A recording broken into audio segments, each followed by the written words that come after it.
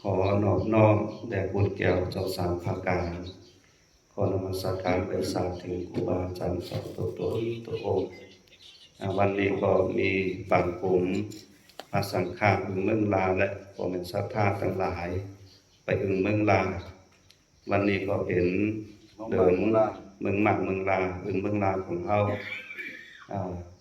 แล้วก็แสงไปปรุงสารนำคำเสียงปังคำเจงคำเสียงเจงคำก็สอนว่าอะไรมาเจยาวเนาะสังฆาเฮาตั้งหลายตั้งหมดสังฆามี27ตนพ่อแม่ศรัทธาและผู้ใหญ่คุณหลวงเฮามี80เก่าก็เลยมีปังกลุ่มกันวันนี้นอนตั้งสุดก็ขอยุ่มยามพระพุทธเจ้าพระธรรมเจ้าพระสังฆเจ้าและยุ่มยามผู้ใหญ่คุณหลวงเฮามีปอกหลวงเจ้าเทียนลิ้นเป็นกกเป็นเก่าปอกอุกทาเงามูลศาสนาปอกตีบจีนที่ปามนเนาะหวานเมืองเฮาได้ขึ้นย้ายได้ขึ้นสั่งขึ้นสูงมากได้30 ปีปลายมานี่แล้วก็ถึงมือหวานเมืองเฮาที่ถึง40 ปีมานั้นขึ้นสั่งขึ้นสูงมา40 ปีมานั้นเพิ่นก็ที่เฮ็ดปังก้อยใหญ่แต่เร็วนี้ก็กฎหมายบ้านเมืองก็ดีกฎหมายสังฆาก็ดีกฎหมายศาสนาก็ดีเพิ่นก็ที่ห่างแหนหมุนแม่แหลกลายเปลี่ยนมาคือมันขึ้นกราบขึ้นป่านมาเหมือนตั้งในครูบาอาจารย์เข้าเจ้าอะไรเฮ็ดปฏิบัติสืบมาตามที่เข้าเจ้าไรเฮ็ดในสร้างในแปลงมากก็สอนในว่าเป็นกลุ่มกุ้นเฮากุ่มกุ้นเข้าเจ้าได้สืบมาถึงปัจจุบันนี่เดิมนี่หวานเมืองได้เป็นแป้งไปแหลกลายไปก็ที่ไรเปลี่ยนกฎหมายหวานเมืองคือมันขึ้นกาป่านไม้เหมือนนั้นเฮามีหนองมีหนองมีบกมีหนองอยู่เลยเฮาสำเฮ็ดเตนาไว้เฮ็ดหนองเฮ็ดฝังมันไว้มีป่าใหญ่มันก็ไหลออกมีน้ำมาก็ไหลออกมีแก้วมีเสียงอยู่ในมันก็ไหลออกเสียงเพิ่นนั้นได้เฮ็ดซื้อเลยหวานเมืองของเฮาที่ขึ้นในไม้สูงนี่จึงว่ามีแต่มีต่างมีแต่มีต่างคำมีขอบน้ำแผ่นดินมีขอบกฎหมายบ้านเมืองพระพุทธเจ้าก็บอกไว้เนาะศาสนาที่มั่นแก่นนี่ก็เพื่อว่ามีพระธรรมวินัยในพระธรรมวินัยนี่เพราะว่าพระได้ปฏิบัติจอมก็เจริญรุ่งเรืองกฎหมายบ้านเมืองของเฮาก็เหมือนกันนะผู้ใดปฏิบัติจอมโดยตามกฎหมายบ้านเมืองบ้านเมืองเฮาก็ขึ้นใหญ่คุณเฮาก็ขึ้นใหญ่ก็เพื่อว่าสร้างมีรักมีเปิงเฮาโดเอาไปเฮาโดเอากำกึดคนนั้นว่ากำกึดคนนี้ว่าเนาะเฮาโดไรเอาอันกำยุ่มยำที่เฮามหันต่อหน้าตันตานี่มาเป็นแนวต่างในการสร้างบ้านแปลงเมืองเฮาแต่ไรเอาความรู้ในกฎหมายบ้านเมืองในศาสนาก็เหมือนกันที่ไรเอาธรรมวินัยนี่แต่งสร้างวัดวาศาสนาสืบศาสนาของเฮาได้โดยการฟังเปิ้นว่าเมื่อนั้นเมื่อนี้เฮาหันตามตาอันที่เฮาหันตามตานี่เนาะเพิ่นว่าคนนั้นแกะคนนั้นแกะคนนั้นดีคนนั้นแคบ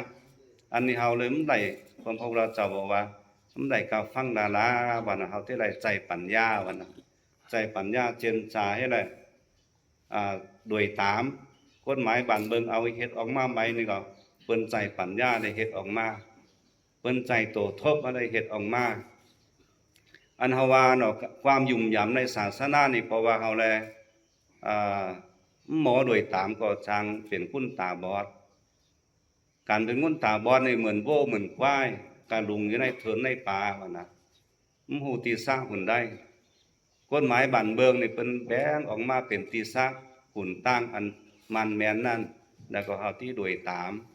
เพราะว่าเฮาแล้วโดยตามนี่มันเหมือนนั่งว่าเฮายุ่มยำเหมือนนั่งเฮาว่ายุ่มยำคนนั้นคนนี้แล้วก็เฮาโดยตามกฎหมายบ้านเมืองอันของใจเนาะคนนั้นแหละกฎหมายบ้านเมืองกฎหมายศาสนานี่เป็นเรื่องที่อันจอบแม่นกันไว้เฮารู้ยุ่มยำเปิ้นให้แพ้วนี่พระพุทธเจ้าบอกไว้เนาะ การยุ่มยามอันติพิษนั้นมันมีอยู่2 แนวหนึ่งชื่อว่าอิทธิปาฏิหาริยะนี่นะเอาเฮายุ่มยามมาคนนั้นอาลาคนนี้อาลาเฮาก็แล่นจอมเปิ้นมือเนาะเฮาหันด้วยตาพิจารณาด้วยใจเฮาพิจารณาด้วยปัญญาเอาอันชื่อว่าอิทธิปาฏิหาริยะข้อ2นี่ชื่อว่าอาเตสนาปฏิหาริยะคือว่าตายใจนะตายใจเปิ้นตายใจเฮา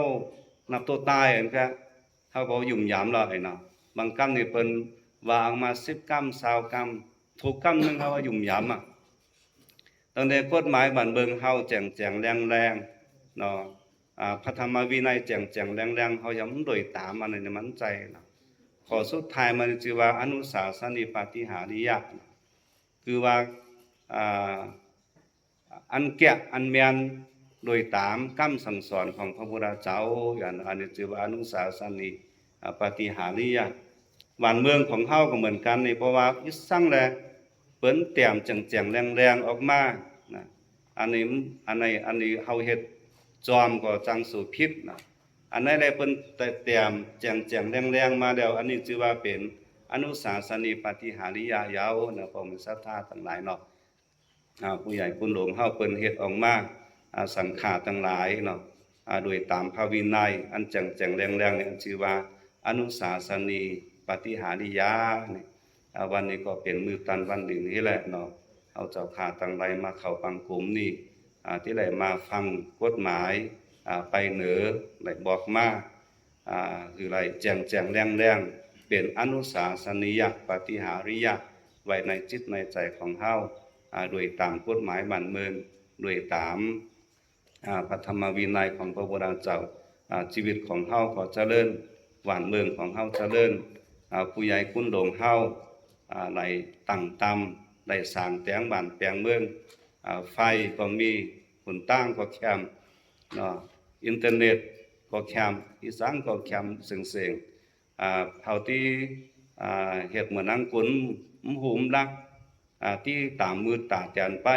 ใจแตนไปนี่ก็หลายกว่านั้นเลยเอาที่ไหนเจอกันฟังไปเหนือเฮ็ดจอมตัวเฮาตั้งหลายก็ที่ไหนเฮ็ดจอมคัดใจ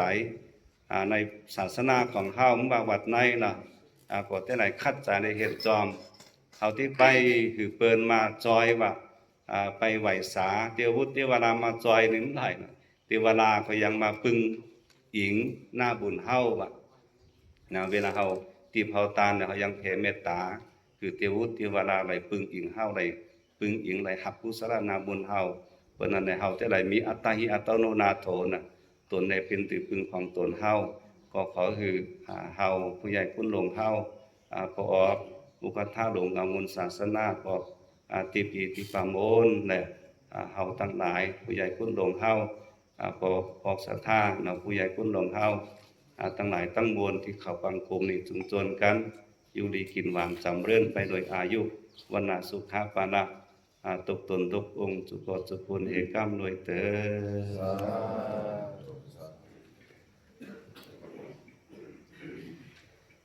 ดตัวซื้อรายการกับอีสาน